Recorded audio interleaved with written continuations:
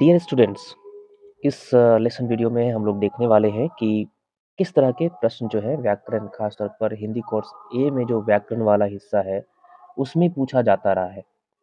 और खास तौर पर हम पार्ट वाइज कर रहे हैं, जिसमें इस खास लेसन वीडियो में हम लोग देखेंगे रचना के आधार पर जो वाक्य है उसकी हम लोग बात करेंगे। तो रचना के आधार पर जब हम बात करेंगे तो वाक्य के भेद तो आप लोग पहले से भी जान रहे होंगे, हो सकता है नहीं भी जान रहे होंगे, तो ऐसे आप लोग जाने।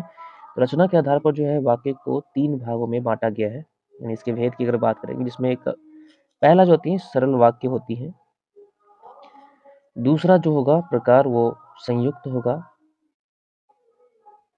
और तीसरा जो प्रकार होता है वो मिश्र प्रकार का होता है।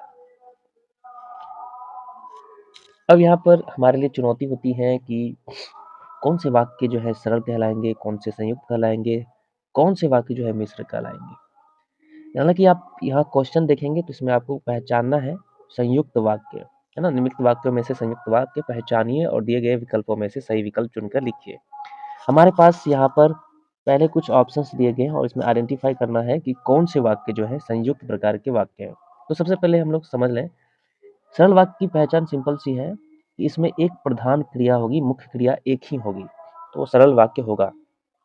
संयुक्त की अगर हम बात करते हैं तो इसमें हम देख सकते हैं कि 2-2 जो सरल वाक्य होते हैं या 2 से अधिक सरल वाक्य जब क्या होंगे, समानाधिकरण योजक से जुड़े होंगे, योजक शब्दों से जुड़े होंगे, जैसे कि और, तथा, अथवा, इसलिए, लेकिन, ठीक है? तो वो संयुक्त वाक्य कहला जाते हैं।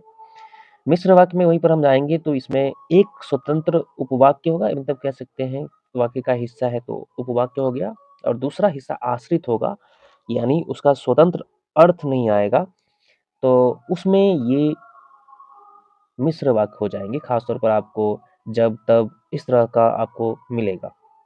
अब पहले हम लोग पहचान लें, संयुक्त वाक्य हमने कहा कि इसमें जो भी 2 वाक्य होंगे, दोनों स्वतंत्र होंगे इसमें, यानी दोनों उपवाक्य जो है स्वतंत्र प्रकृति के होंगे। तो यहाँ सबसे पहले देख लें, और जो समानाधिकरण योजक से जुड़े होंगे।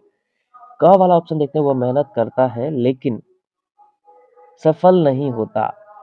तो वह मेहनत करता है एक पार्ट हो गया, दूसरा है वह सफल नहीं होता। तो दोनों ही स्वतंत्र उपवाक्य है। वह मेहनत करता है, वह सफल नहीं होता, और ये जुड़ा हुआ है लेकिन से। तो लेकिन समानाधिकरण योजक है। ये भी क्या क्या है, संयुक्त वाक्य हो गया। आप चाय लेंगे या कॉफ़ी, यहाँ पर कन्फ्यूजन हो सकता है। अब यहाँ हम देख सकते हैं आप चाय लेंगे, दूसरा वाक्य क्या हो सकते हैं, आप कॉफ़ी लेंगे, दोनों को मर्ज कर दिया है। तो इस हिसाब से हम देखेंगे तो आप चाय लेंगे या कॉफ़ी लेंगे, तो यहाँ पर हो गया आप चाय लेंगे या आप कॉफ़ी लेंगे, तो दोनों स्वतंत्र है। आप चाय लेंगे या आप कॉफ़ी लेंगे, दोनों क्या हो गया, स्वतंत्र। इस वजह से ये क्या है, संयुक्त है। रमन घर गया और खाना खाकर सो गया। रमन घर गया, एक काम हो रहा है, रमन खाना खाकर सो गया, दोनों का अपना स्वतंत्र अस्तित्व है। रमन घर गया, रमन खाना खाकर सो गया, तो इस हिसाब से ये भी क्या हो गया, संयुक्त वाक्य है। तुम सच बोलते हो, तुम महान हो, दोनों जुड़ा हुआ है किससे, इसलिए तुम सच बोलते हो इसलिए महान हो, ये भी क्या है, तो आपका संयुक्त है, संयुक्त वाक्य। अब आगे देखा जाए, इसमें हम लोग देख सकते हैं इसमें विकल्प क्या होगा। हमने देखा कि चारों का चारों विकल्प सही है, और ऐसा ऑप्शन हमें सी में मिल रहा है। कथन क, ख, ग व ग सभी सही हैं, तो इस हिसाब से हमारा जो आंसर होगा वो सी हो जाएगा। अब इसमें देखा जाए, जैसे ये सवाल पूछा कि आश्रित उपवाक्य के कितने भेद होते हैं, तो फैक्चुअल क्वेश्चन है, इसमें आप आराम से इसको कर सकते हैं अगर आपको थोड़ा बहुत जानकारी हो। तो आश्रित उपवाक्य के कितने भेद होते हैं, तो इसके आप ध्यान रखेंगे, इसके 3 भेद होते हैं। और थोड़ी सी जानकारी रखेंगे तो जैसे संज्ञा उपवाक्य हो गया, एक होती है विशेषण उपवाक्य, और जो तीसरा प्रकार होता है वो क्रिया विशेषण है। तो ये ध्यान रखेंगे, यानी कहने का मतलब है कि जो उपवाक्य हैं, उपवाक्य तो हो गए, जैसे हम उपवाक्य की हम बात करते हैं तो लंबे सम जो वाक्य हैं, लंबे वाक्य हैं, उसका एक भाग होगा। अब उस भाग की अगर हम बात करते हैं तो उसका उस वाक्य में काम क्या है, क्या संज्ञा का काम हो रहा है, क्या विशेषण के काम हो रहा है, या क्रिया विशेषण के तौर पर यूज हो रहा है। तो उस हिसाब से इसको बांटा गया है जो उपवाक्य है। खास आश्रित उपवाक्य की बात करें तो आश्रित उपवाक्य आपको मिलते हैं मिश्र वाक्य में। ये 3 प्रकार के होंगे, ध्यान रखेंगे। अगला क्वेश्चन है जिसे हम देखते हैं, मेहनती व्यक्ति हमेशा सफल होते हैं, इस वाक्य का मिश्र वाक्य क्या बनेगा? तो मिश्र वाक्य कह रहा है, इसका मतलब है कि हमें आश्रित उपवाक्य और एक मुख्य या प्रधान उपवाक्य उसमें रखना होगा। इसमें हमारे पास ऑप्शन दे चुका है और हम देख सकते हैं, मेहनती व्यक्ति मेहनत करते हैं इसलिए सफल होते हैं। तो एक पार्ट इसमें देखते हैं, मेहनती व्यक्ति मेहनत करते हैं, मेहनती व्यक्ति सफल होते हैं। दोनों स्वतंत्र है और इसलिए से जुड़ा हुआ है, यहाँ पर हम देख सकते हैं। तो ये संयुक्त है, तो ये ऑप्शन मिश्र होगा नहीं। मेहनत करने वाले व्यक्ति हमेशा सफल होते हैं।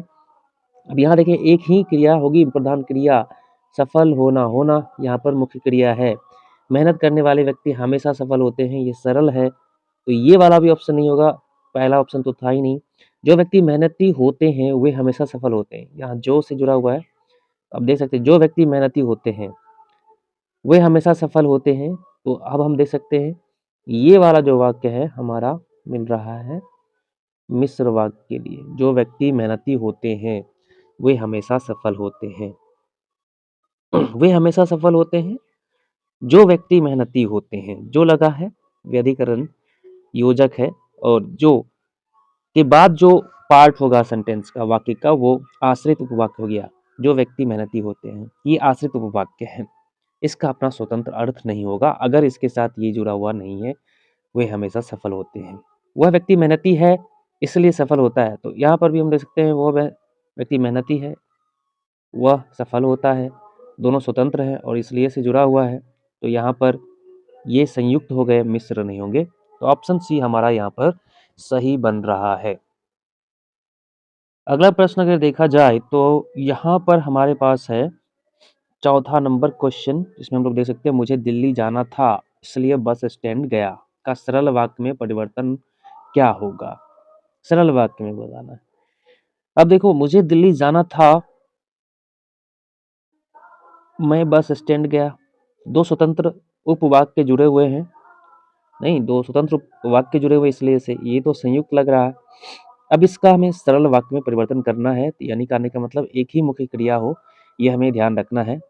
क्योंकि मुझे दिल्ली जाना था इसलिए बस स्टैंड गया, यहाँ पे हम क्योंकि मुझे दिल्ली जाना था इसलिए बस स्टैंड गया, मैं बस स्टैंड इसलिए गया क्योंकि मुझे दिल्ली जाना था, जब मुझे दिल्ली जाना था तब मैं बस स्टैंड गया, मैं दिल्ली जाने के लिए बस स्टैंड गया। यहाँ पर ये तीनों अगर हम देखेंगे तो ये तीनों ही इसमें, मुझे जाना था और गया, गया, जाना था, जाना था, गया, दो दो मुख्य क्रिया यहाँ दिख रही है। लेकिन जब डी ऑप्शन में आते हैं, मैं दिल्ली जाने के लिए बस स्टैंड गया, तो एक ही यहाँ पर मुख्य क्रिया है। तो इस हिसाब से यहाँ पर हमारा सरल वाक्य हो जाएगा, मैं दिल्ली जाने के लिए बस स्टैंड गया। अगला सवाल अगर देखा जाए तो इसमें हमारा 5वां नंबर सवाल है, और आप देख सकते हैं कि 5वां नंबर सवाल में हमें मिलान करना है और सही विकल्प भी चुनना है। मिलान कर लेंगे, फिर इसके बाद हम लोग सही विकल्प चुनेंगे। सबसे पहले देखिए, स्तंभ अ में जो वाक्य दिए हैं उसको स्तंभ 2 में उसके प्रकार से मिलाना है। अ वाला जो ऑप्शन हमारा दिख रहा है वो है प्रधान और आश्रित उपवाक्य से युक्त वाक्य कहलाता है।